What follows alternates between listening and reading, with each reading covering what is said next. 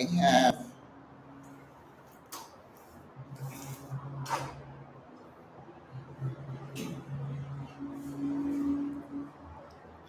have a glare.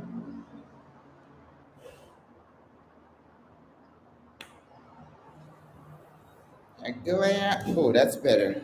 Oops, sorry. I think that's better. I'm trying to get the Facebook. Hello, hello, hello. Okay, happening now, but where does it say to go live? Hello, everybody. Promote your event. No. See more. Start discussion. Oh, there it is. Hi, everyone. I thought about sitting inside today, but it's such a pretty day out that it has been amazing here in Panama City this morning. Today, I should say, because the weather has been absolutely amazing. It's kind of a nice 70s, high 70s, 80s, early 80s. We're not used to that kind of weather here. So when that happens, I just like to just soak it all up and just. So I've had the doors open. I have no windows here in this house because it's like, hello, Antoinette.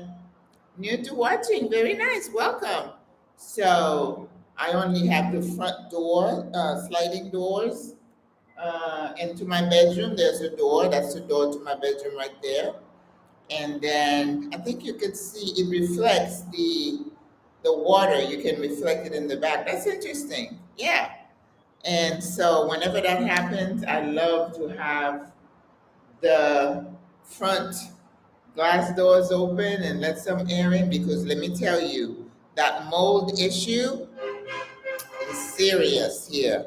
There's a sister who says she's been fighting it all week and she already has asthma, so no bueno. Um, and then, so I have a pair of shoes. I don't know what the material is, so that's my barometer. I always pick up the shoes and watch and see if I see anything growing because this is once before. That's how I'm like, I need to get a dehumidifier. Buenas, Deborah. Oh, hola, mi amiga. ¿Cómo estás? She just left Panama to go back home. So it can be a problem here with the humidity, and we have had so much rain. Let's see what's been happening. Deborah, after you left, we had two major bus accidents, three actually.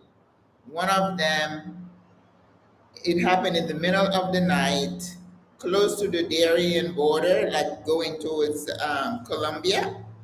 And the bus flipped, three people died.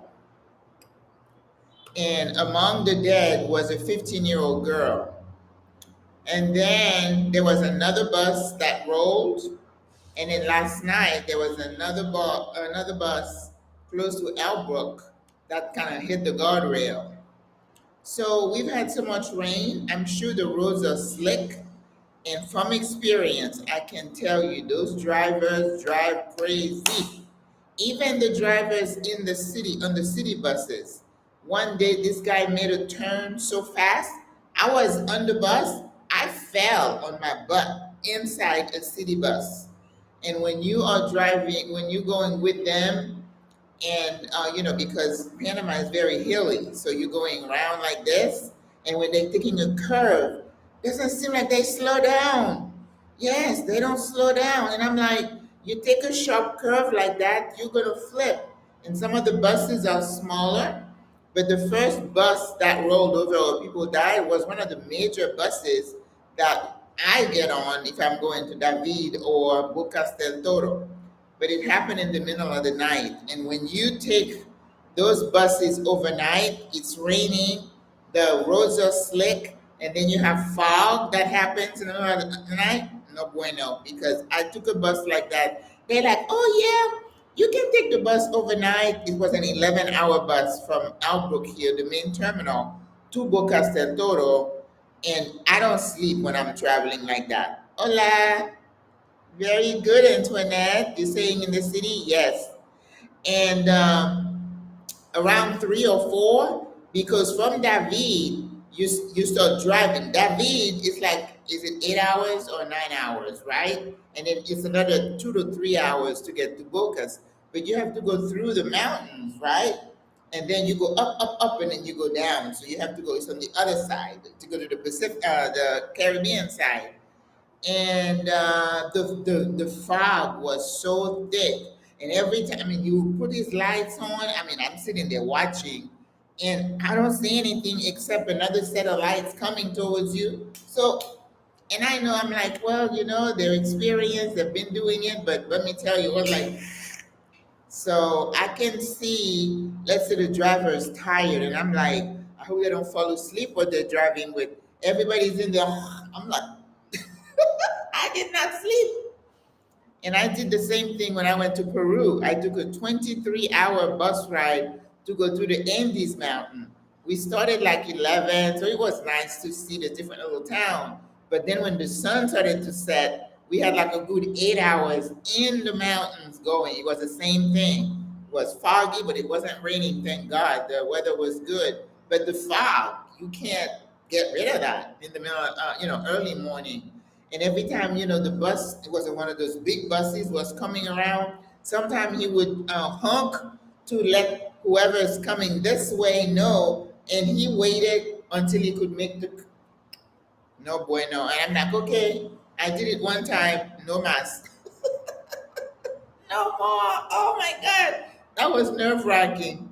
Even when I went to Machu Picchu, they said the week before, a bus had just kind of slipped over because they go on the edge, and they're like, oh, they've experienced or whatever. Listen, you can have some wet leaves or something, and then the bus fell over. People were hurt, but nobody had died. Like a month before I made it, and I was like, whew, that's it. I did it, checked off my list, moving on, not doing it again.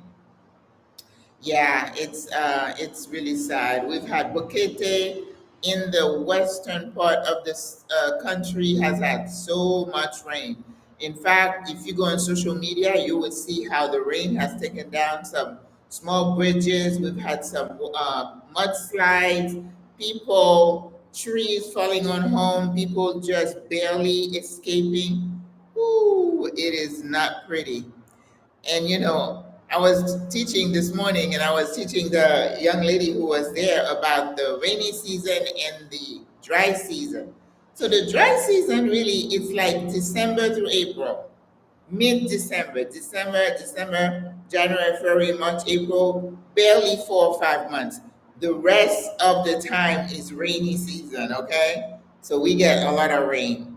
Now, some seasons we don't get as much rain, but this season has been very, very wet. I mean, lots of rain and flooded streets, and sometimes you see people taking something long, like I don't know, a stick, trying to open the gutters, because the water keeps coming up.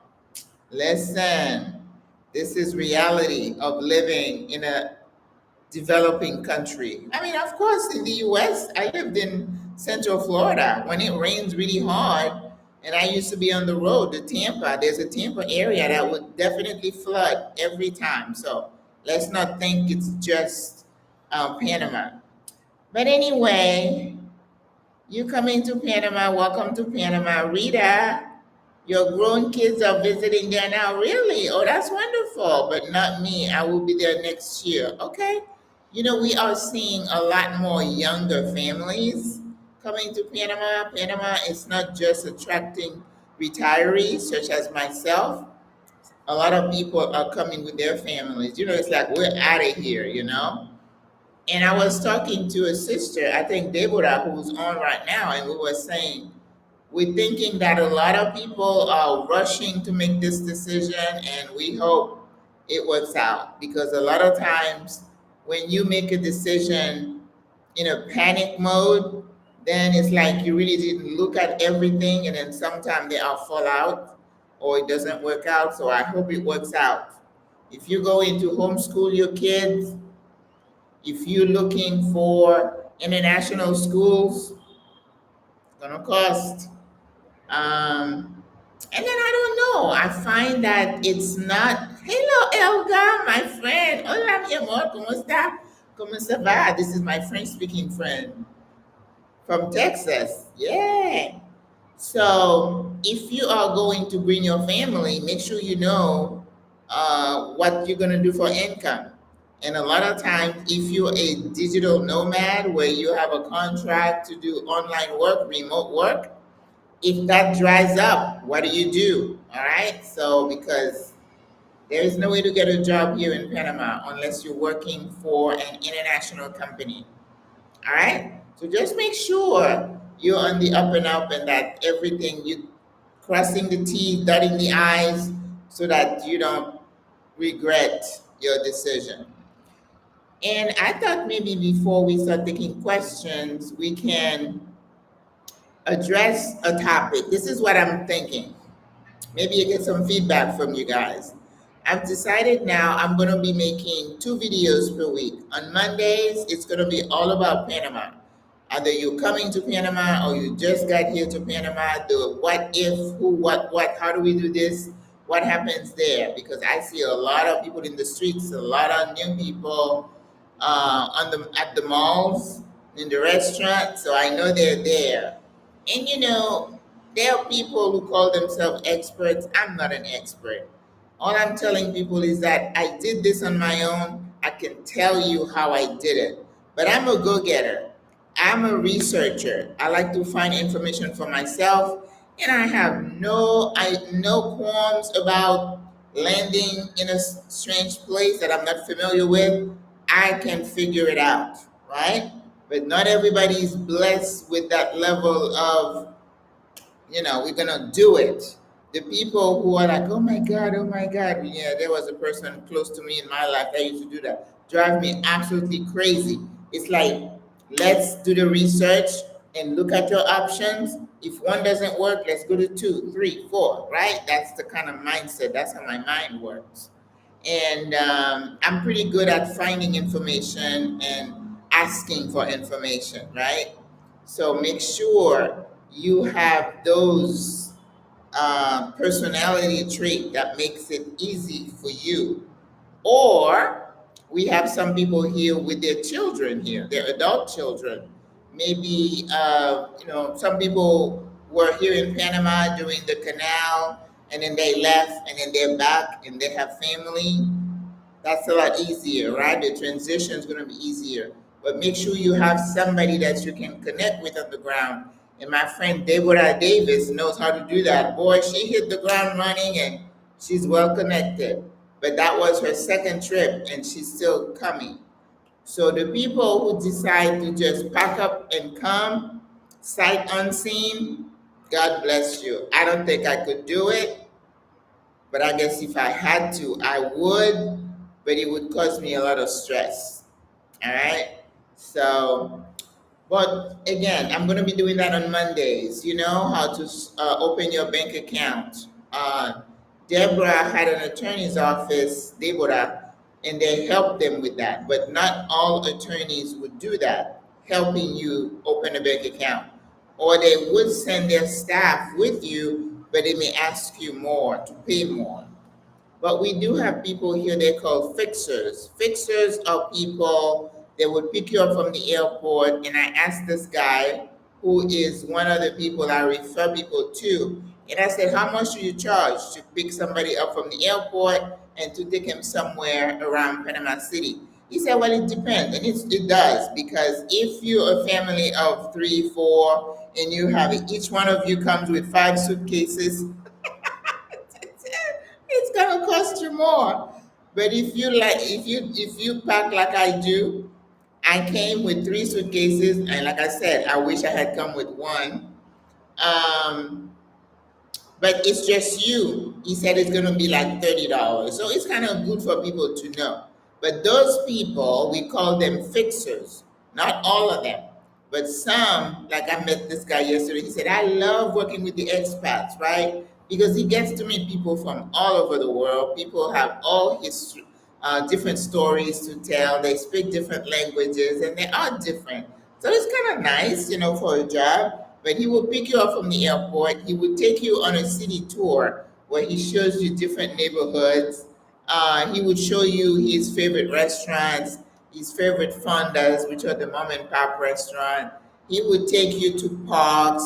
Some of them will say to the ladies, are like, "Oh, he got me hooked up. I know where to get my hair done, where to get my nails done, where to get a massage." So they are sharing their country with you. So those are fixers. They also will take you to the bank to open your bank account. So they're staying with you the whole time. So you got to pay them an hourly rate. Make sure you agree with them ahead of time so you don't get any surprises, right? They also will help you go visit different apartments. Let's say if he finds you a realtor and then he'll go with you, he'll probably tell you what to look for, what the difference might be between, you seeing an apartment versus seeing a home. Somebody told me in the comments yesterday, she said, "I'm 70 something. She has some dogs and she's looking for a little casita, a little house." Well, those are not easy to find in Panama City. I know there are some neighborhoods where you could find them, but then you would, and then they're like, "Oh, we want to live with the locals." Well, in theory, it sounds good, but you don't speak Spanish. You want to live among the locals. You probably can't communicate with them. If you have an emergency on the problem, you can't really, you know what I'm saying? So I don't recommend that. But if somebody has dogs, everybody has dogs in this building, in these high rises. They love dogs. Okay. So having dogs doesn't mean that you can't live in an apartment building.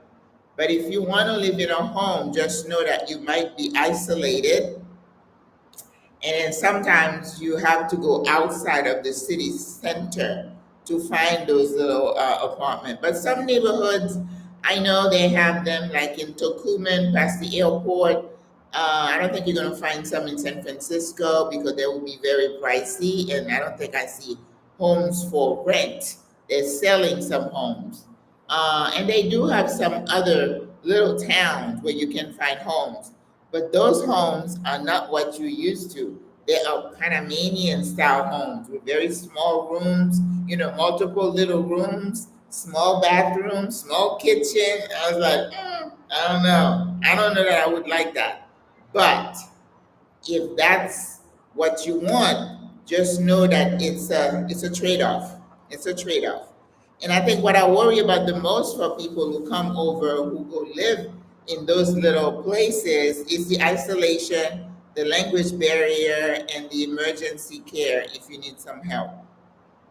But I know outside of Panama City, there are some neighborhoods where some people have moved into, and then it's like a compound, right? You can have multiple homes, and then those people kind of feel protected. But there've also been robberies and assaults and stuff like that. So make sure you go into those arrangements with your eyes open. Hey, Rosalind, how are you? Deborah, my attorney has been fantastic. Carlos helped me open. Yes. 45 minutes. This is a record. I've never heard of anybody getting a big account done about in that amount of time. That's amazing. Buenas tardes, Lynette. ¿Cómo estás, mi amor? Buenas, yes. Oh, listen to her and her Spanish. Maggie y buenas tardes a todos los espectadores. Whoa, Lynette, you've been doing your Spanish lessons. That's amazing. Mark Garcia Pierre-Louis, hola. That's my fellow nurse practitioner. That's wonderful. Welcome. Thanks for watching. But anyway, that's what I would say about finding your spot. I had single women retiring abroad, And I don't recommend any of my sisters who are in their 70s and 80s to go live in a small house, a casita, outside the city where they don't speak English. They depend on Google Translate. That is not ideal. And the other issue also with that is access to medical care. A lot of those places do not have a hospital that is reputable for you when you need help. All right? Remember, in your 70s, 80s, it's not if, it's when something happens. There was a town, maybe Chame or Nuevo Gorgona, or one of those places, like an hour, hour and a half outside the city. I was talking about the emergency care one time in a program, and this guy said, "Yes, you're right, because I have someone working for me, and he had an emergency. He cut himself somewhere, right? And I think the cut was close to a vein. And he said there was no 911 for him to call to come and take care of this gentleman. It was a young person. And then he realized what he had to do was, like in most developing countries, you got to take somebody in your car and drive him to a hospital. Well, he had the foresight to just make a tourniquet with some kind of a rag to kind of control the bleeding, and then he put that man into his car and drove him to the next clinic.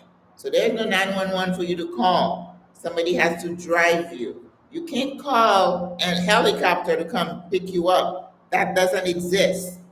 And those people who are involved in those traffic accident, I don't know about trauma centers. Nah. And then in this country, whenever there is a major accident, the first people on the road are los bomberos, the fire department, just like us, but they do a lot more than our. Um,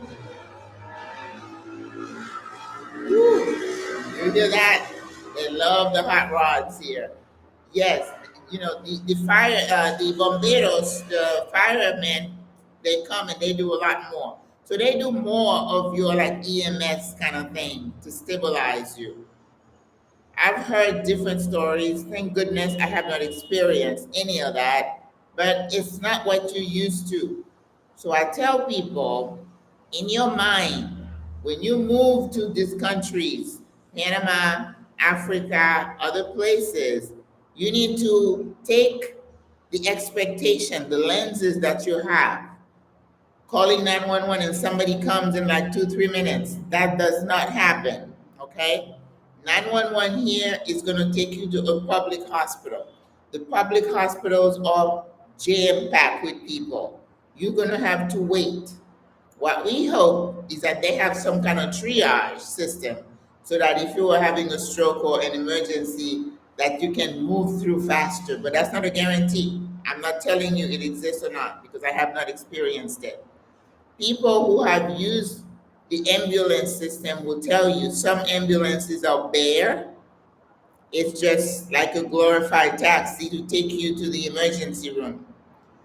The difference also here in Panama is that each hospital, private hospitals, have their own ambulance services.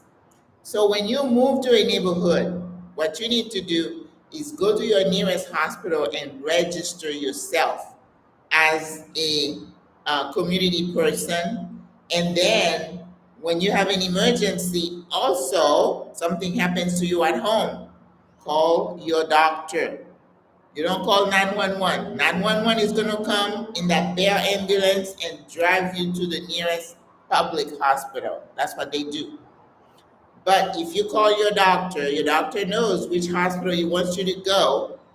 He's going to call that hospital. That hospital will dispatch their own ambulance service to come pick you up.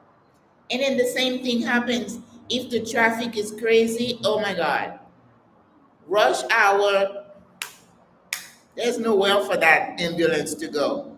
All right? So you got delays. And also, we tell people sometimes it's a lot easier to just call an Uber. The Uber sometimes knows, back roads to avoid traffic. You might get a better chance that way. but the hospital also has their own private ambulance service, each hospital. But there are two private ambulance services that you can sign up with. I think there is like a small monthly fee so that if you're in emergency, instead of calling 911, you call those. And there they'll take your blood pressure. If you have a diabetic issue, they'll check your blood sugar. I don't know if they give you oxygen or not, but hopefully they do. Hopefully they do. But people say that I've heard different stories.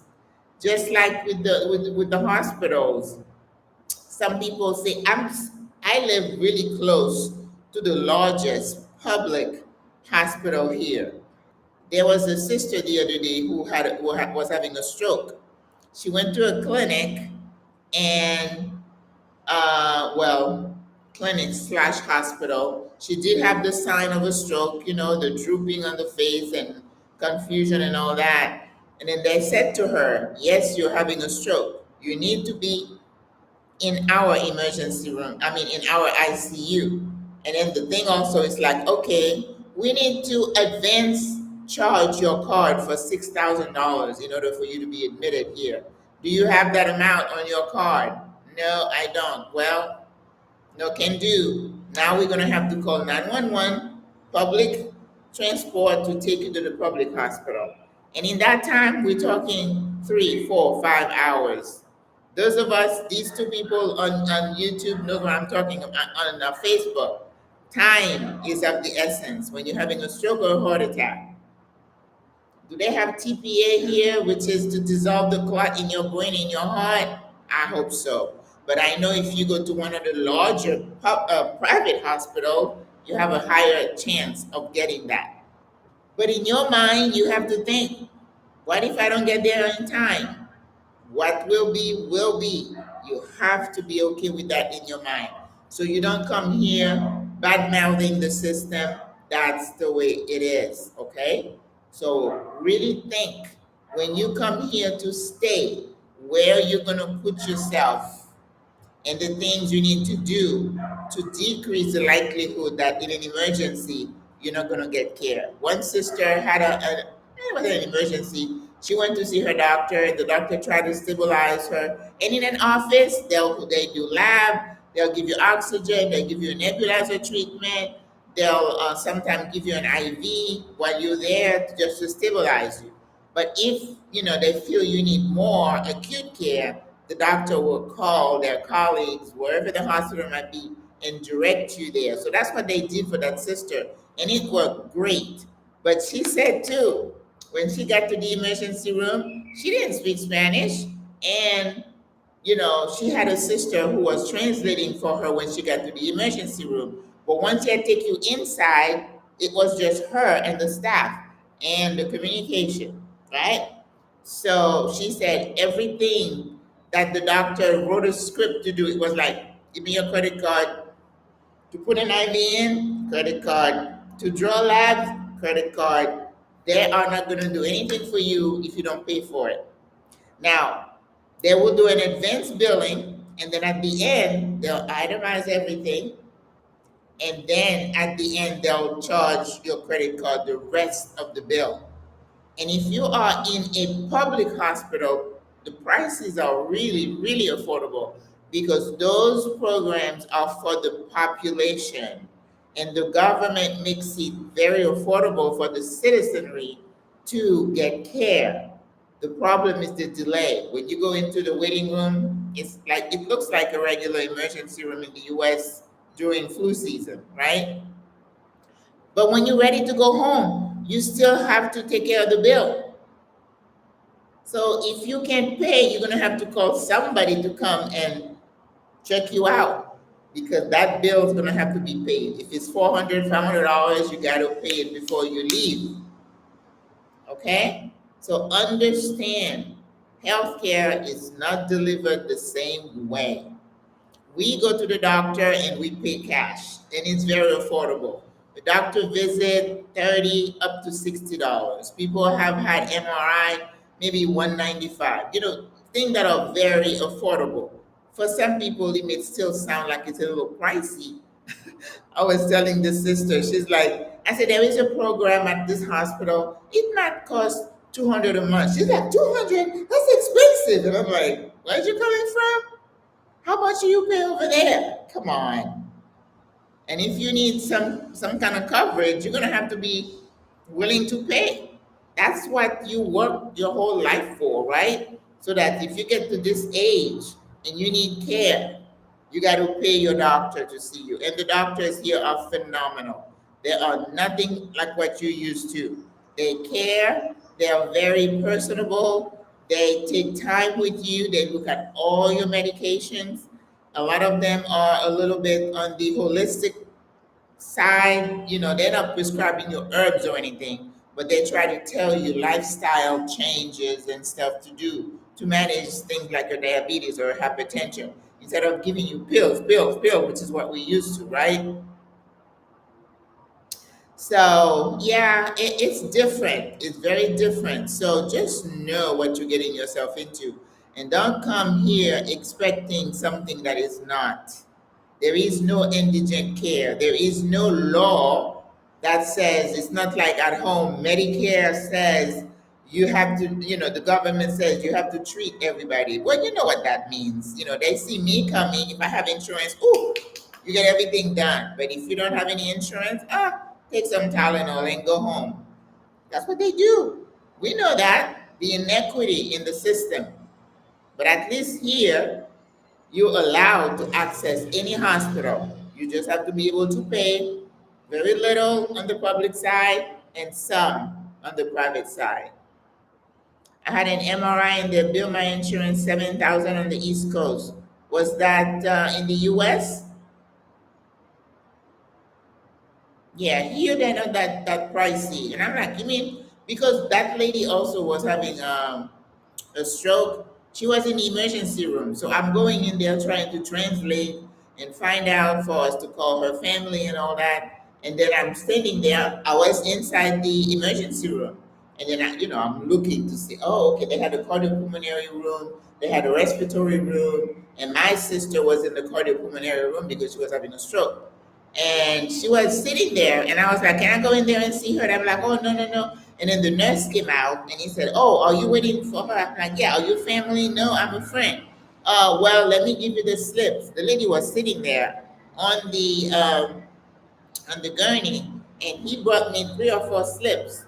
One was for the IV, one was for the lab, one was for an is an MRI, yeah, an MRIs and something else. So he's like, go pay la caja. La caja means the cashier. Go to the cashier and pay. And then once you pay, they're going to put a stamp telling him, we paid for it before they do anything to that sister. And for the lab, the IV, and the MRI and something else. I don't think it was an ultrasound. They wouldn't do that for a stroke. But then it was like 200 some dollars. Do you hear that? To get labs, MRI, IV, 200 something. Therein lies the difference. That's why I tell people when you come here, make sure you have to pay 350 in the US. Yeah. I mean 7,000 here. You're paying like 150 cash for an MRI. Come on. People go. They have like this is Breast Cancer Awareness Month. They have some clinic doing mammogram for $20, $25. Listen. So if you don't have it done, it's because you don't want to have it done. All right. Yes, it's a different system. They don't understand the concept of do not resuscitate, so don't come here. Me, I have a DNR at home, but now it's like I know something happens to me, they're just gonna do everything. That's something I have to accept, that the mentality, these people, it's a very heavy Catholic country. So life is precious, right? So they really are not into you wanting to end it. What do you mean? Healthcare expenses are out of control. Oh, yeah, have been. This is nothing new. I had to have a gum graft last week. Oh, I had that done too. I have dental insurance to my employer and had to pay the periodontist. Wow. I had the gum surgery, oh, years ago. No, I didn't have to pay that much. She said she had to pay $4,600 out of pocket. You know, people come to Panama also to get dental stuff done much cheaper. So you could have just bought a ticket, come here and get it done, or just go to Colombia. Colombia is heavy into medical tourism. And even here in Panama, some people just take the short flight over to get things done. And there are some medications that we may not have here that they have over there because they're a lot more advanced in treating foreigners than we are here in Panama. Yes. Oh my goodness. But anyway, there was someone who had made a suggestion as to some topics to address, and I think what she talked about was, and it was like more of a coming into your own type of topic. And as I was saying earlier, on Mondays, I'm going to treat topics that have to do with Panama, right? And you all know I love Panama. And then on Thursday, my topic is going to be more about growing old. And I think I'm going to call it wisdom living, right? Because a lot of time when I write my little blurb on Mondays, I call Monday motivation or Tuesday health tip Tuesday or something else. It's just to encourage people, understanding that the the way we used to think of retirement and aging, that has shifted. We've had a major paradigm shift. We don't look our ages, we don't think our ages, and we could live another lifetime after we retire. So I'm championing the fact that aging is not something to fear. It's not, it's something to embrace. There's nothing we can do about it, right? You might as well embrace it because you are aging. And I'm always saying you could inject here, inject there, enhance here, enhance there. You're still aging, okay? The motor is still aging. Now you can do a lot to slow down the progression, right? But you're still going to age. So the more you embrace it and the more you create a new life, maybe a new career, thinking that I didn't quit my job over here after 30, 35 years to just do nothing. Maybe now I'm going to do what I really want to do, something that brings me joy, something that could be of service to society.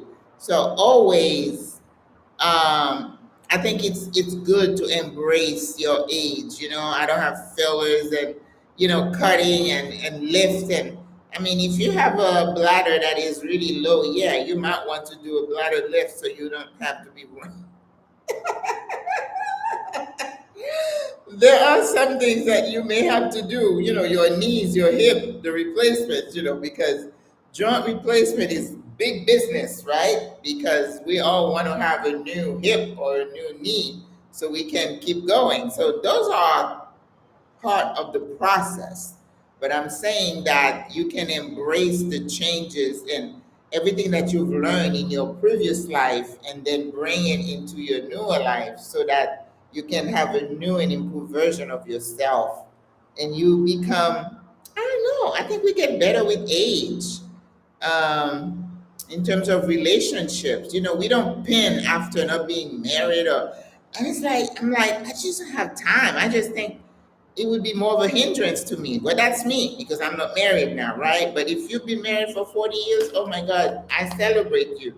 You're one of the lucky ones, right? As long as it's something positive that is, uplifting you and that you're not there because you're used to the person and you're like, oh, what would I do? I've been doing it for 40 years. I don't know anything else.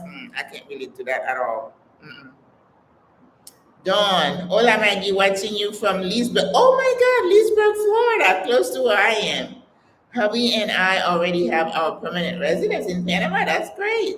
Hope to see you when we visit next February. Congratulations. That's amazing. You know what? There are so many people coming here getting their residency. It's insane. Lots and lots of people. And like I said, families. Panama, 2 years in a row, has been voted the best retirement place in the world. Okay, Little Panama, but you know how they got that? I mean, what's the word I'm looking for? That determining that title, right? Recognition, because they poll people like us who are here. Now, a retirement place, not for younger people. There's a difference, right? You come here as a retiree, you get your pensionado visa, you only need to show $1,000 a month in income. That is the lowest I've heard it. I think the Philippines is a little bit less. But you come here, you're just spending your money, you're not allowed to work, you're renting, you go into the restaurant, you're using Uber, you're shopping, we're just spending. So Panama is very open to the retirees, and that's why they tighten it for the younger population. And they have the list of what they call protected profession. Like someone like me would never be able to walk into a clinic and say, "I'm a nurse. Can I get a job?" They can't hire me because all these jobs in medical, law, and almost every other industry is reserved for the locals. Okay? So we are here. They're saying, come on in, come spend your retirement income here. But don't come here looking for a job. Hola, Grandma Peaches. Off subject. No, it's okay. Your hairstyle is very becoming. I have not colored my hair. I'm just being natural. Thank you. I think it looks good on my facial. My face is kind of long. Thank you so much. Cute braid ponytail for hot human. Oh, yes, ma'am. You know what? It's been a little while, even the braids, it's been a little while since I've had them. I'm like, in this heat, I don't want to have to worry about my hair. This is one of the things that is so freeing here about Panama. I don't worry about what I wear because you want to be comfortable. Nobody's paying you any attention. You in the state, you're like, oh, my belly's a little bit big, my butt is a little bit big. Nobody cares. And then because I'm in the streets every day, I said, wear sturdy shoes with a nice sole. So tennis shoes, and then I found these canvas shoes that have like a nice little heel because I walk on my heel and I need a little elevation, otherwise it hurts my back. So you just want to be comfy. And even if you go outside later on, you go to like a rooftop or whatever, everybody's so casual. You don't have to worry about looking, and all the makeup and I don't pay any money for my hair. I do my own hair. People talk about hair products. I've started using rosemary oil. I get grapeseed oil or olive oil. I cook with slow with some rosemary. I put some bay leaves in there. I put some cloves and something else, and then I strain it, put it in a jar, and that's what I use on my hair. So I don't even have to pay anything for my hair. Well, the shampoo, I still have to buy it, but you reduce your costs. Who needs to put all this stuff on your face and in your hair? And the money I used to spend on my hair, I'm so mad at myself because when I do the math, I said I could have bought another house or maybe finance some college for the kids. I'm like, stupid. What did I do? All the chemicals in your hair. Oh my God, no. No más. Gracias. With that ring on my finger, the male suitors, maybe that's exactly why I leave it on.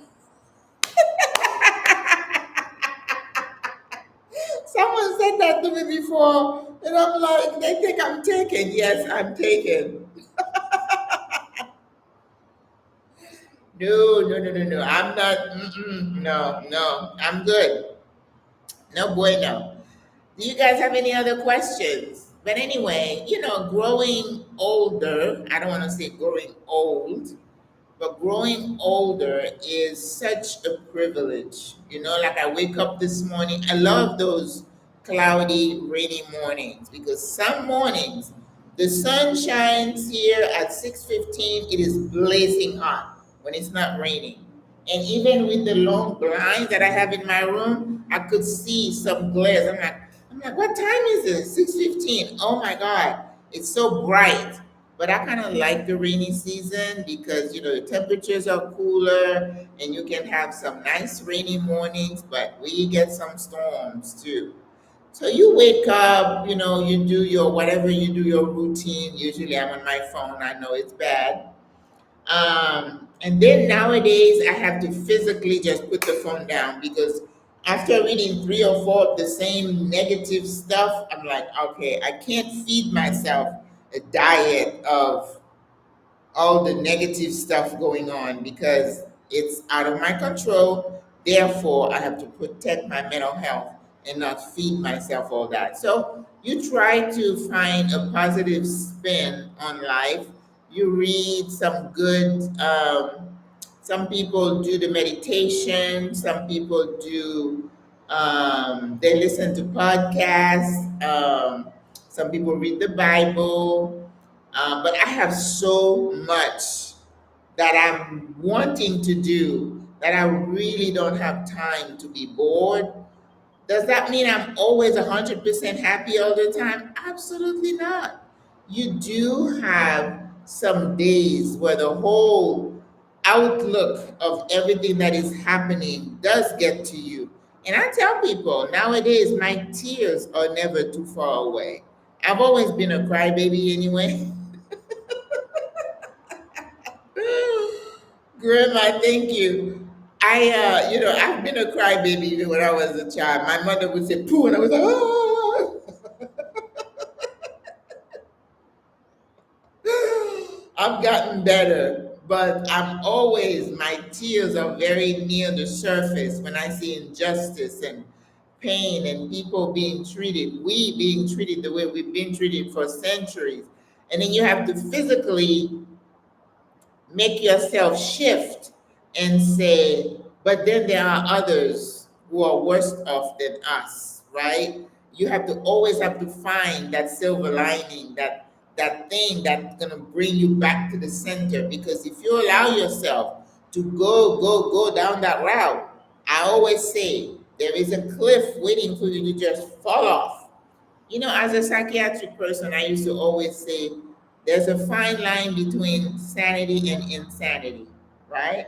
And some of these people who think they're so bright, they do all these studies and their head is full of, research and all that. Those people are even the easiest one to fall off that cliff.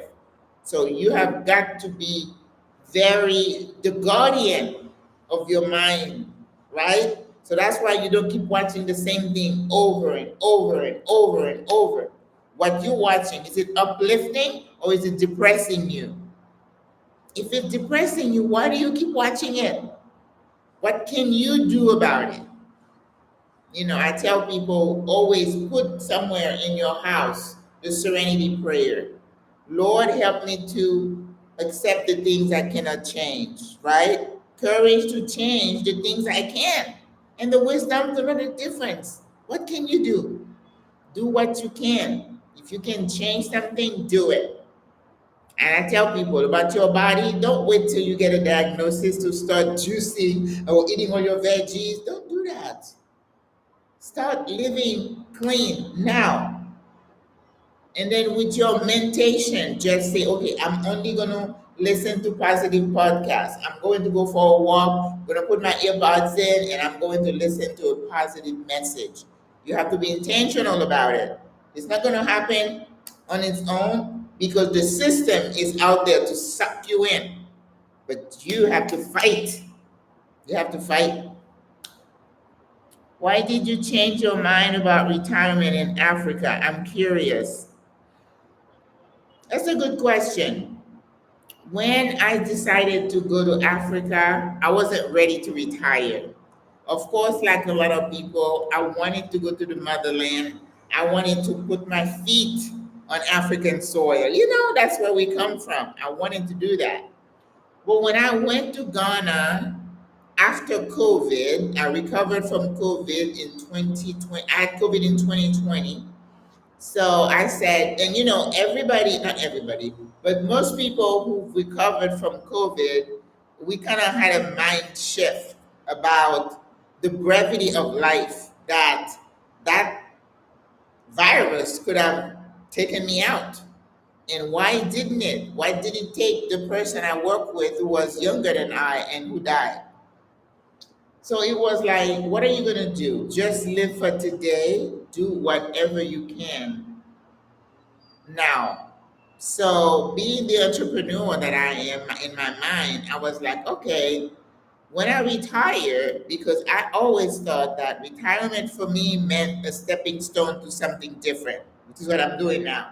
Because I've never thought of retirement at a time where I'm just going to sit, rocking the chair, drinking tea, sipping margarita. Yes, I love to travel, but how much traveling can I do to keep me engaged and excited? It's not a life. So I was like, well, maybe there is something I can do in Africa, right? So I went there with, it was like a scouting to see what I could do. But because of my background, I said, well, something in healthcare. And I was thinking, well, maybe I can open like an assisted living for parents of expats, like Africans who are, in the UK, in the US, who have aging parents, because I'm a gerontologist at heart. I just study aging, right? And I said, maybe I can do something like that. I was open. But what I wanted to do though is study the system there to see the business system and healthcare. So I hooked up with this girl out of the UK. She is Ghanaian, but she lives in the UK. And there was that whole campaign about returning, year of the return, going back to Africa, blah, blah, blah. And lots of people, sold everything and moved. I'm like, I'm a planner. Let me go check it out. So she arranged for me to do what we call an internship at a hospital in a smaller town outside of Accra. Accra is the capital. So I was going to spend 3 weeks there observing. And so I booked my Airbnb, and then I took a Uber. We have Bolt and Uber over there. And then every day I went to that hospital, and then went from one unit to the other. I was in the ICU, the med surg, the women's, and all that, and just kind of observed. And they have clinics how care is delivered. But when you're doing that, you're talking to the staff, you're observing the physician, you're looking at the patient, and it was one of those pay for services. If you were admitted, whatever the situation was, they put you in that bed, no sheets, and they told the doctor gave your family the slips to go to the pharmacy to get the IV bag and the tubing, and everything had to be paid before it was given to you. I've watched these little kids come with sickle cell crisis in pain. If your family didn't have, it moved really slow. And then I watched how the physician, interacted with the staff. I watched a doctor talk down to a younger physician. I was sitting there, smoke was coming out of my ears. The way he belittled that young woman, who was a doctor too, but he was his junior. And he yelled at her in front of me. And then I kept watching, the inefficiencies, how people thought. And I'm all for respect, for authority. I was born in that culture. But that level of, I was like, dang, that would be really hard for me because I know me.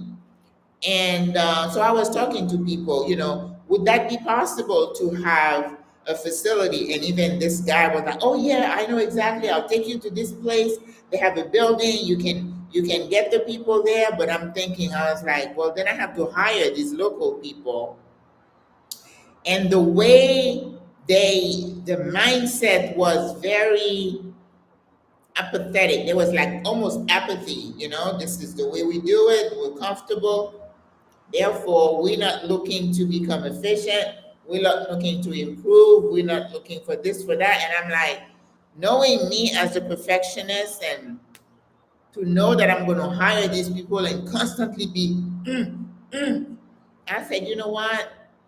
I'm older, and I just don't have enough time to bring myself down to be able to efficiently make it work. And I said I walked out after the three. I even after that when I said, okay, I don't think the assisted living thing is not going to work. How about if I could just teach nurses? Because there was a nursing school right next to that hospital I was at. And then I was talking to the dean, and I'm like, well, is that possible for someone to come and teach? He's like, oh yeah, that'll be great. I said, well, how is the curriculum or whatever? And then he's like, oh, it's set by this department, which sounded to me like the board of nursing. This is like this. I'm like, oh, yeah, that's great. I said, well, I observe a little bit of apathy that these nurses are not trained to think for themselves. It's just follow. Is there any way for someone like me to come and kind of teach him critical thinking? He's like, oh, no. We can't do that. He said, you cannot deviate from the syllabus. Whatever the syllabus said, you got to go to verbatim. I said, well, this young mind, you can really, because I taught a class in the US and I absolutely loved it. And then he's like, no. He said, even when you're teaching, you have to stand there at the lectern. You cannot be interacting because it's like there is that big difference between you, the teacher, and the students down there. I couldn't do that either. I couldn't do that.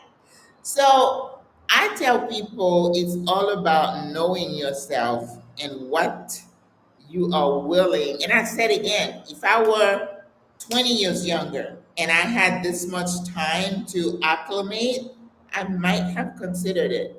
But because I was at the cusp of, okay, it's time for me to retire, and I knew the cultural differences would have been too great of the challenge for me. For me, I don't know about anybody else, but I'm very in tune with who I am, and I am very intuitive about people, and I know what I want to do, what I don't want to do, and I just didn't feel like I wanted to expend that much energy into trying to bring somebody on who did not want to come on. It was like, oh, we like it just like the way it is. We're not interested in changing. We know what you have over there, but that's you. This is how we do it here. And if you talk to anybody who's been in Africa, they'll tell you that. They're not open for you coming and changing the narrative. No. Did that answer your question, Nurse Clayton? And then the healthcare in the city was like, people would say they had emergencies and finding. And in my age group, you can't go somewhere where you can't get health services in a timely fashion. Because I was on the road going somewhere and this person was driving crazy, and I was like, oh my God. In my mind, I'm thinking, if we get into a crash, I would become roadkill because there is no helicopter coming to get me. How would you bleed out or something? What is the rent for 2 bedroom and 1 bedroom where I live? Well, I can tell you that there is a certain amount of gentrification that is happening here in Panama because of all the people coming over. And I'm just waiting for something to hit the fan where the locals are going to get upset with us, like you've seen in Mexico, Spain, other places. That's what happens when you feel like you have an overwhelming number of people coming. Then the owners are like, we can charge more for this. So where I am, a 2 bedroom used to run between 1,200 and 1,600. When I'm looking online now, I see 2,000, 2,300. So rents are going up. And if you're coming to Panama and you're gonna be coming in 3 months and you calling somebody about an apartment, they won't even pay you attention because they're like, no, no, no, no. We don't want anybody thinking about apartments 2 months out. We want you to be ready to, sign in about 2 to 3 weeks. So now you're looking at 15, 1600 to 2000, 2100 for a two-bedroom. But you know where I am though, it's a little bit of a middle to high end because all our apartments are oceanfront. So it's a little bit more expensive. But you can probably find a two-bedroom for maybe 1,000, 1,200 a month. But if you go to communities outside the city and you don't have 24-hour security, you may not have elevators, you don't have the amenities, you're paying for amenities as well, then you can find something much less. Like in smaller town, five, six, $800. Yes, it's possible. But again, not with this layout. You would have smaller rooms, smaller bathrooms. Yeah, because the typical Panamanian home is almost like the home we used to have in the 50s in the US, lot of separation of the rooms. And then now in the US, you have open concept. My apartment is open concept because they've adapted to the Western ways. But the older homes are smaller. Rita, you're looking for a compatible roommate for sisterhood. That's what they're calling here co-living.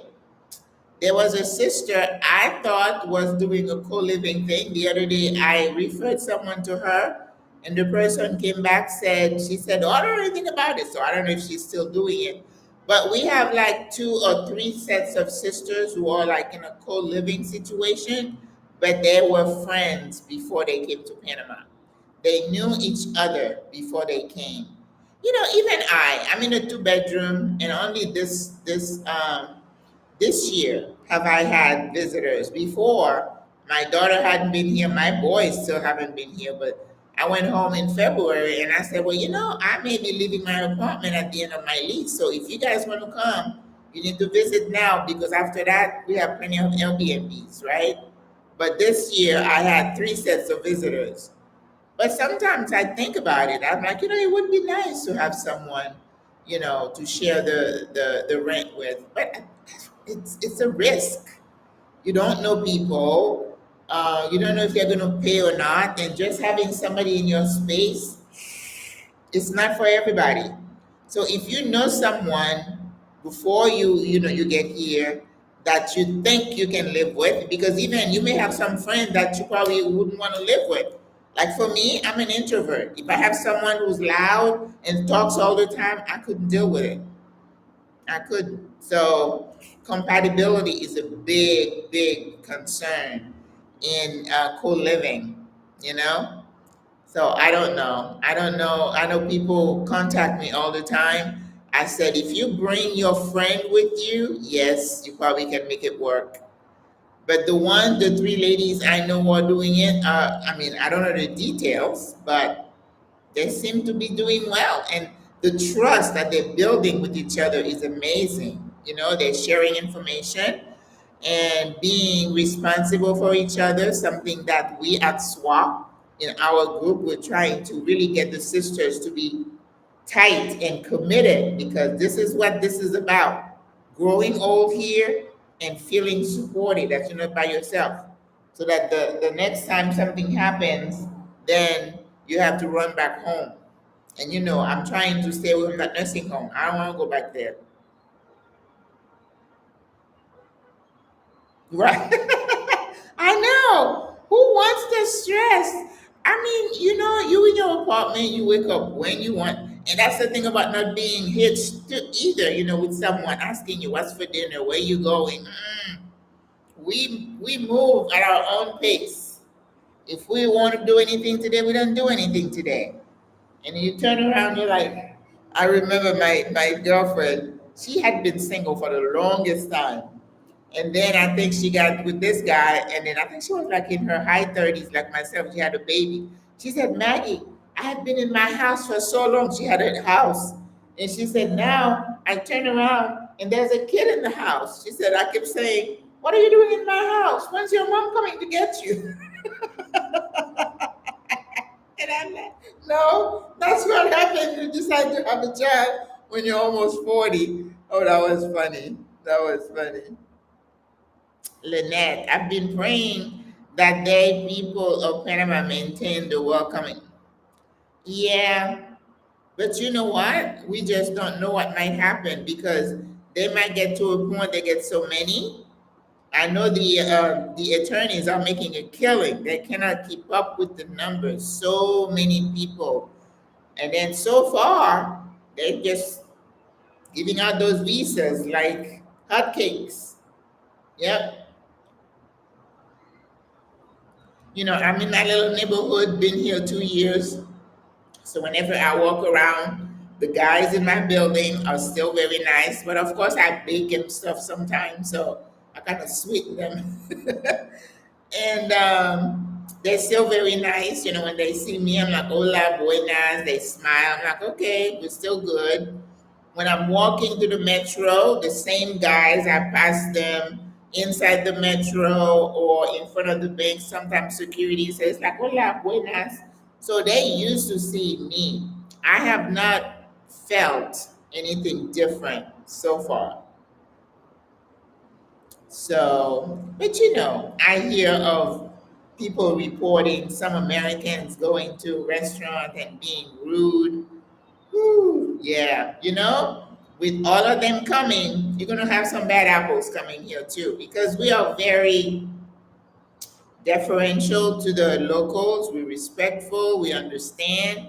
We've embraced the mañana mindset. It's like relax. The sister came in and she's like, I can't believe how slow people are to respond to this.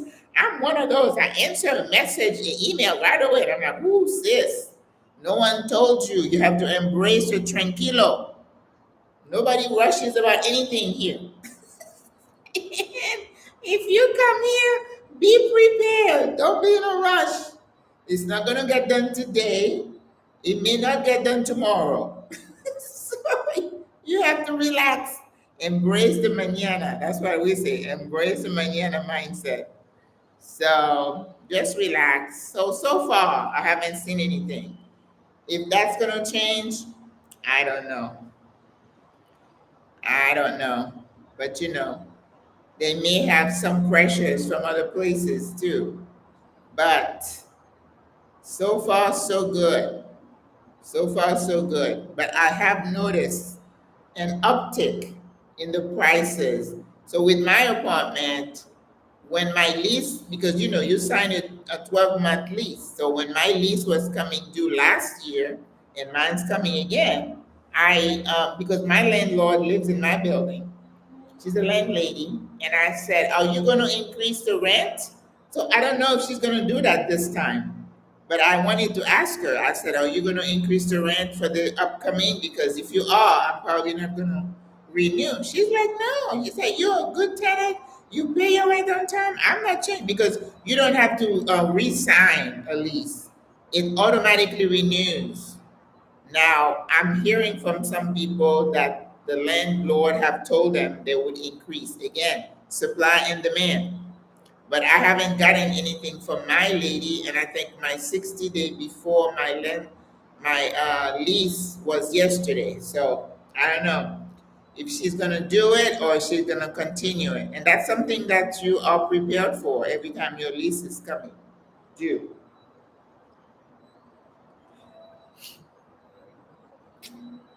Anything else? Yeah. I mean, you see these the Americans, and then one realtor was talking to someone the other day. He said it's not just Americans coming to Panama because again of the international living article that keeps ranking Panama as the number one destination for retirees. A lot of people come from Europe and Canada. We have in my building, I have a lot of French Canadians here. You've always had lots of Colombians here because they used to be together with Panama. Lots of Venezuelans, especially since Maduro and all that. People from South Africa are here, Germany. Not so many from France, but French can, like Quebec, French Canada. Um, Once in a while, and then Spanish people from Spain, because Spain used to occupy, used to colonize Panama. So lots of investment from people from Spain here. Because in the real estate market, when you rent an apartment, the owner may not be in town. The owner may be somewhere, you know. Um, Now that I'm getting information from our sisters, a lot of the landlords have Asian names like Arab and all that, because there is a small Arab population here in Panama. I've seen a mosque not too far from where I am, and in Cologne they have a big area where they have a lot of people, Asian people, Arab, Muslim type over there in Cologne. So they are here, but they're like under the radar. There is a significant Jewish population here, but they're in certain areas and they have money. Chinese, we have quite a few. I think 4 to 5% of the population is Chinese Panamanians here, and they own all the small bodegas. The little what do you call those? Convenience stores, all Chinese. I remember when I was in Peru, they were very heavy Chinese. And then when I was in Peru, Xi Jinping, the Chinese president, was there at the same time inaugurating a big port that I was worried was going to start giving the Panama Canal some competition. But I haven't seen anything because Panama, the canal is still doing well, even with all the threats that were coming from where. But there is a concerted effort. The Chinese have made a lot of investment, not just in Africa. In Africa, they're building every single road. If you see a road project, it's being done by Chinese, and they bring their Chinese engineers and all the people. And in Africa, the Chinese love Africa so much they say they're not going back. And but the relationship there is a little bit different. The locals, they give them jobs, but it's kind of a love-hate relationship, because sometimes the Chinese managers or whatever are a little bit heavy-handed with the local. They're in Africa, but they still kind of treat them. So sometimes there is a little scuffling. They hire them.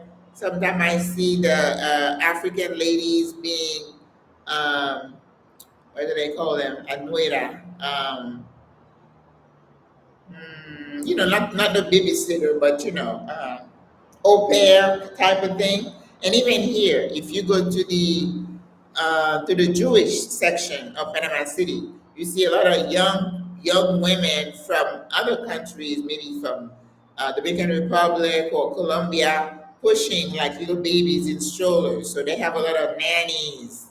I think that's what I'm looking for, taking care of their babies. But in Africa, when I was in not Gambia, Zambia, all over, lots of Chinese. In in Ghana, they have Chinatown wherever you go. We have Chinatown here, but they would have China Mall in Ghana, and when you go there, it's all Chinese people. The Chinese store, Chinese restaurant, Chinese this, Chinese that. Oh yes, they are everywhere. And when I went on my tour of Panama, I took 3 weeks and traveled around the country. It doesn't matter how remote that little area is. If there is one little store, it's a Chinese family in there. hmm Yes, they are like that, but you don't see them so much in the streets. They stay in their businesses. All the dry cleaning places, we call those lavanderia. When you go to those places, they'll clean your clothes, they'll dry clean them, they do alterations and everything. Those are owned by Chinese too. I don't know. I asked why, and no one can tell me. Because they open 7 days a week, they work. They work horses, they work. Where the Panamanian mindset, work is like over here, life is up here. And the Chinese bring their concept of work, work, work, and the Panamanian mindset is not like that. So, but they are Panamanian, but they have still their culture. So that's why in the cuisine here, you're gonna see fried rice. When I was in Peru, there was a heavy Chinese and Japanese influence because they even had a president that was Japanese in Peru. Yep. Well, look for that compatible roommate, sis. If you can find it before you get here, that would be good. But I don't know. I think it would be difficult for me. I think so. So just rent something that you can comfortably pay for instead of focusing on the roommate because you may room with someone and then you have a fallout and then what happens? You know? You rent an apartment for like $2,000 and then you fall out with your roommate, then they leave and you left holding the bag. You respond because whoever signed that lease is responsible, right? Anything else, guys? Any other questions? How do you get in touch with the fixer? If you send me an email to tell me about SWA at gmail.com or maggieLazar@gmail.com, I'll send you a name. We are having a Mother's Day retreat in SWA early December because Mother's Day here is December 8th. So I was with this fixer yesterday. We went to the rental place and booked a 15 passenger van so that we can travel to our place in December. And hopefully the rain would have stopped by then because these highways and the slick roads, I do not like them at all. Yep.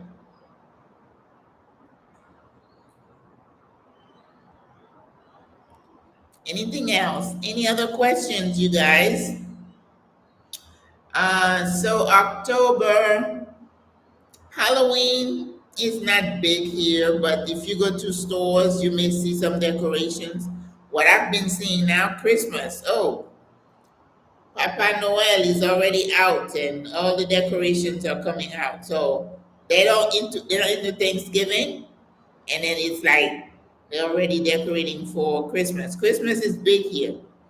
But November is going to be the month where they celebrate Independence Month.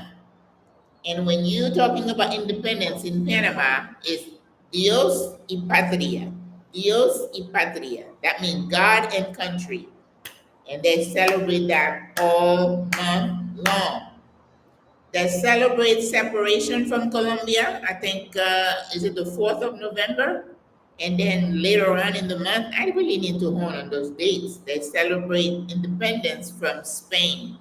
So it's a big thing about how much they love their country, how love they want to preserve their culture. And you've heard me say, Panama is like a paella. I was watching one of the gentlemen from, I think it's from Cologne, because the history of Cologne is so unique. When you see them dancing the Congo dancers, and then they have the Diablo with the red devil face, and then you see the boys dancing with the girls, and they have like that tar, black tar on their faces. And it doesn't mean the same thing as it means over there. Nothing to trigger you. They're just celebrating their culture, how they kicked out the devil that they associate with the colonizers. So it's like when you see them dancing, the devil or the kid with the black face will be trying to get to the girl, and the girl will be pushing him away. It's like, get away. And it's a whole history about that. So the whole month, they dress in their polleras, they do the dances, and there are a lot of marches. Oh my God, Panamanians love to march. Every school has a marching band. It doesn't matter. It's not just the colleges. It's not black, colleges, historically black colleges. No, every school has a band, and the girls wearing, and everybody comes up with their outfit. Now I notice now the girls are wearing the big boots, and they're all walking and they're twirling, and they do the tamborino, which is the drum, from Africa. And when you go to, if it's carnival or any kind of desfile, meaning, what is it? What's the word? The English word. You see, I know the Spanish word now, but I can't think. When they go around a parade, desfile is a parade. When they have parades for everything, okay? And then you could have 54 bands going through every single lesson. I did some videos last year. Some of these bands are, let me tell you, we're talking 100 deep, with the ladies in the front doing this, and then they'll have some little ones, so cute. And then they're all like, they have the band and they're lifted up and they're doing, oh my gosh, it is a sight to see, okay? So they go all out. And every community celebrates something a little different. And where I live, there's a school back there, and every Sunday afternoon, they're practicing the tambourine. Woo! When you walk in, they go there, they're exercising. So they've been training for noviembre, and mes de patria, Dios y patria. Together, they just into it. So, of course, I tell people, don't do business during those months, November, December, January. And February is carnival. Listen, we can learn a thing or two about living la vida here in Panama. They work to live, okay? They don't live to work. It's like when it's time to celebrate, and I love the music in the interior of Panama, okay? The accordion, the tamborino, and then they have the guy singing, and there's usually a lady wailing at the end of the song. It's unique. I love it. So I love it all. And then food. Just like us, there's food for everything, okay? La cerveza. But there are some holidays here in Panama where you're not supposed to drink alcohol. On those days, you can drink it. Again, you can drink at home, but you can buy it. When you go to the store, they tape the aisle of the booze. You can buy wine and liquor. You cannot. It's taped off. They call them dia seca. That means dry days. So if it has anything to do with some kind of religious holiday, you cannot buy or drink alcohol. I know. And Easter is just superb. I love that. I heard Catholic is prominent. Yes, ma'am. But are there other religion in churches? Yeah, absolutely. What is Kojic? I don't know what Kojic is. But there is one church here in Panama City that a lot of expats talk about. It's called the International Church, where they have, the church is in a very central area on Via España, but they have a screen with English subtitle for everything the pastor is saying. And they say they're very welcoming to foreigners and Americans. Lots of Catholic churches, because of Spain, is heavily Catholic, right? And religion and politics are intertwined here in these Latin American countries, not just Panama. Panama is in Central America. If you go to Mexico is going to be the same thing. You go to Colombia, it's the same thing. In fact, they say the best um, desfile for Easter, for Good Friday, is in Guatemala. Yes. In fact, I'm thinking, next Easter, I'd love to be there to watch it. When they're all wearing the monk black and they're carrying the Jesus. Because the first time I saw that, I was spooked. I didn't know what that was. When they ran with Jesus, a picture of Jesus on the truck, and then the picture of Mary, and they ran together. I was like, oh my God, what was that? Well, that's Resurrection Sunday when Mary is meeting her son Jesus, who rose from the dead. And then the bell starts ringing, and they're throwing down confetti, and everybody's screaming. And oh my God, the first time I saw that, I was teary. I'm telling you, it was an experience. So, and then on Good Friday, we start the procession from one church going to another church, and the cardinal is there, and the kids are singing, and very somber. They take their religion seriously, okay? And it's not just a religion, it's just the practices. I was raised Catholic, so I understand. And one day I said, okay, let me go to a Catholic service and see. And it was the same thing. It was in Spanish, but you know how the priest say something and you respond and you up on your knees, up and down. Yeah, I didn't take the communion, but I understood everything.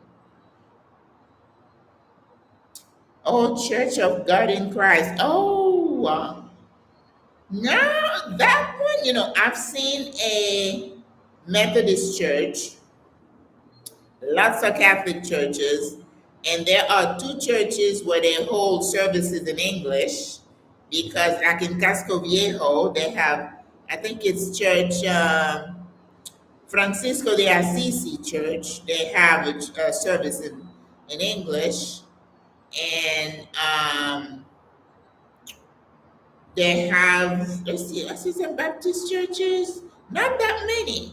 I think 70% of the country is Catholic, okay? Like I say, I saw a mosque not far from where I live, and I know the Jewish have their temple in their area, right? Church of God in Christ, I don't know that I see this here. Um, they do have a couple of churches of Latter-day Saints here. I mean, here I'm talking about the city. I don't know what happens. Probably in the interior, it's mostly Catholic because in the small towns, typical of Panama, I think it's also in Mexico, you would see they have the cathedral, and then right across from the cathedral would be like a square or like a park, and they have benches. People just mill around and sit down, the older folks. I see when I went to all the different cities, I saw that. So the churches be there, and then there'll be the square. Like everybody sits down, and people are selling little trinkets, and the guy comes selling the shaved ice, really big in Panama with all the sweet thing. I'm like, whoo, that's a lot of sugar. Yes. But yeah, this is a country that is based on traditions. They love their country. They love what they call raíces. The raíces mean their roots. They are very proud of where they come from, and they work really hard to preserve it. So every time there's a Catholic holiday or something, there are processions for everything, okay? Everything. And every little town celebrates differently. And then with every procession, whether it's carnival or for Easter, whatever, you have the ladies in their polleras, which is that cute little outfit, and they put the stuff in their hair and all the gold, and yes. And then they will always have somebody from Cologne, from the Afro area, coming with their own pollera, which looks like patch uh, pieces of patch cloth, because the idea is that from the slave area, they did not have access to the beautiful polleras. So they took little pieces of whatever was thrown out to make their own polleras. So the Congo polleras looks totally different from the regular polleras. So you see all that mixed. Um, when they have Chinese New Year, it's big here. Um, Woke me up one morning. They love fireworks. Chinese love fireworks anyway. They were shooting fireworks at 5 o'clock in the morning. I woke up and I'm like, oh my God, we're being attacked. And I'm like, who shoot fireworks at 5 o'clock in the morning? They do you in Panama. You don't need any license or whatever. You have a birthday party, you have first communion, baptism, fireworks. Fireworks. In Carnival, where I live, we have a stage across the street. La música. The music doesn't stop till like 4:30, 5 o'clock in the morning. Some people leave town because of that during Carnival because it is loud and popping every single night. And then for Carnival in Panama, which is something I haven't seen anywhere, they have a name for it, I forgot, where people stand somewhere, they have those big water trucks and then they hose everybody down. And to be hosed down is supposed to be part of the experience. And I'm like, I don't want to get wet like that, but all the kids and grown people wear their tank tops or whatever and get sprayed. They have a name for it, I don't remember. But that's culture. That's culture. There's a lot of that going on here. A lot. Oh, Cologne has one. Okay, well, they would because isn't that more of an African American type religion? Church of Christ, Church of God in Christ. Yeah. Latter day Saints, I've seen a couple. Adventists, I've seen a couple. Mostly Catholic, though. I saw Methodist in Rio Abajo, which is another place where you find some Caribbean folks. But you know, Bocas del Toro is also the second place where you're going to find Afro Panamanians, but it's different. In Cologne, it's more Jamaicans. In Bocas, it's more people from Barbados and other, I mean, maybe Trinidad. And the music is more calypso over there.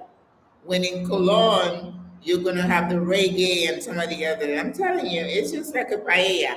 And when they celebrate something like Etnia Negra, which is in May.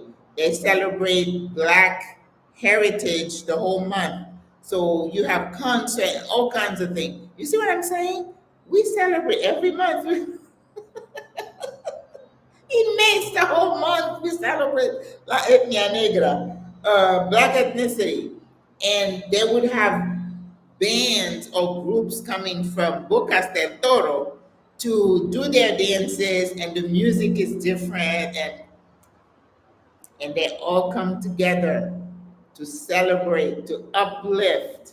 And then they have a big event to support. There is a museum here called the Afro-Antiano Museum where they recreate life during colonial times. So they have whole rooms that would be exactly what it used to be in the old days, right? And they talk about the gold system and the silver system that the Americans introduced here when they were building the canal. And you can tell who was the gold and who was the silver, right? So they still have all that in that museum. And so they do a big fundraiser for that museum at one of the,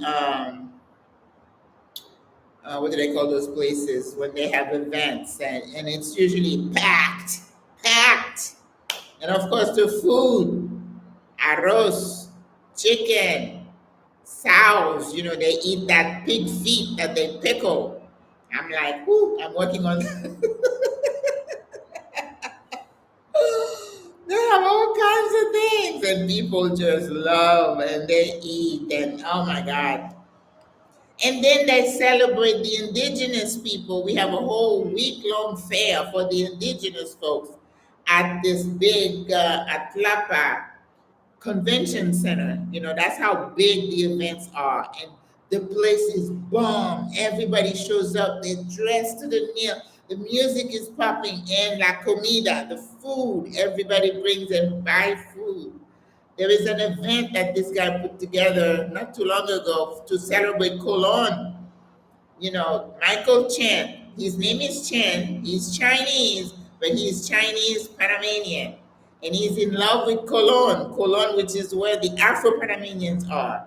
And his story, he said, my parents came here as slaves. That's the Chinese guy talking.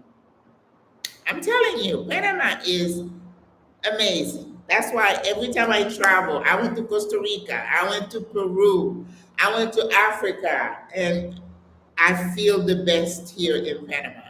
And I can explain, I cannot explain it.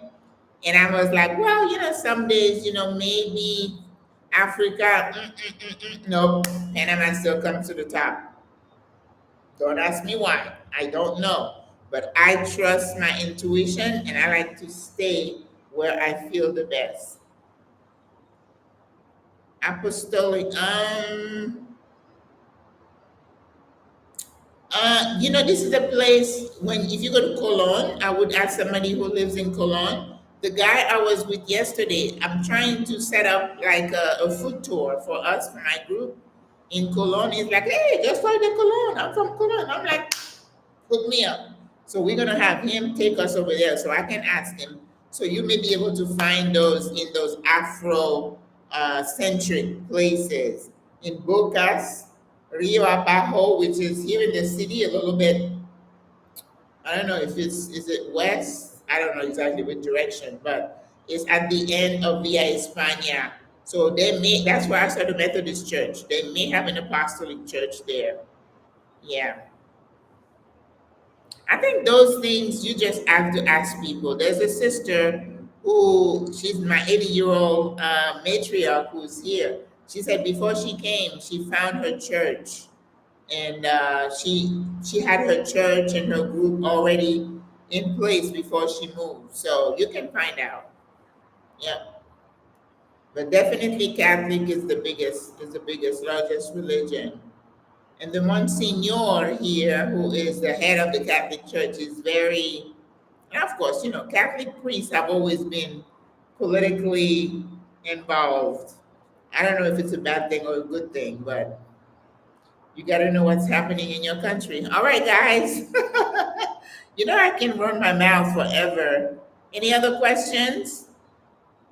Elga, my friend, so good watching you. Mark, did I meet you at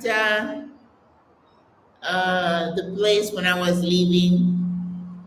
I can't even remember the name of it, but I know you were working for them. All right, guys, any other questions? I'm going to sign off.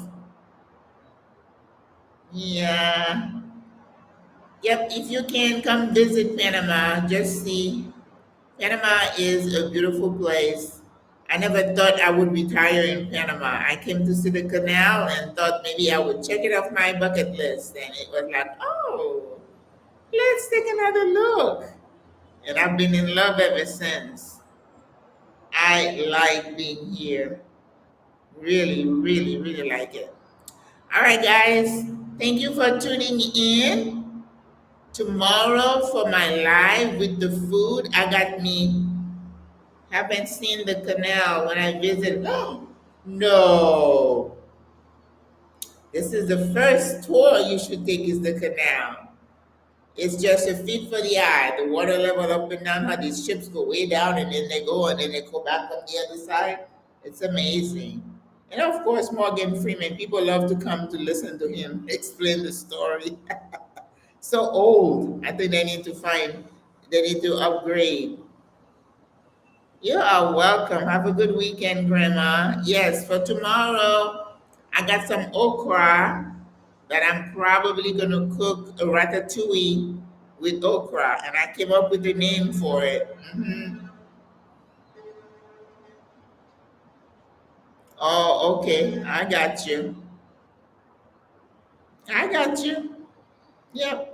Even though I've been here, I'll go to the canal some days just to just see it again.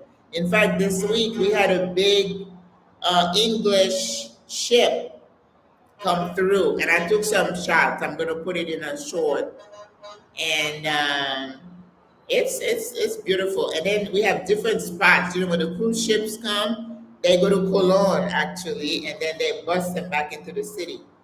Yep. Yep. Panama is amazing. The people are so nice, so nice. Alrighty. I will see you guys tomorrow or next week. God bless. Thank you for watching. Those of you who are watching for the first time, I appreciate seeing you. I'm here, I'm alive, I'm living my best life, I'm enjoying life. Thank you, God. And when it's my time to go, it's my time to go. I will go happily. Secret Conversation podcast. Ooh, I like that. You know, I think about doing a podcast too. I just don't have time. I'm still trying to get my relocation guide out. My what do I call it? It's not a relocation guide. Relocation guide is out, but it's a resource guide. I think I got it done, but it's just doing a lot of putting things in place, pictures and stuff. All right, guys, have a good evening. Bye, Deborah. Have fun at your wedding. Okay, bye.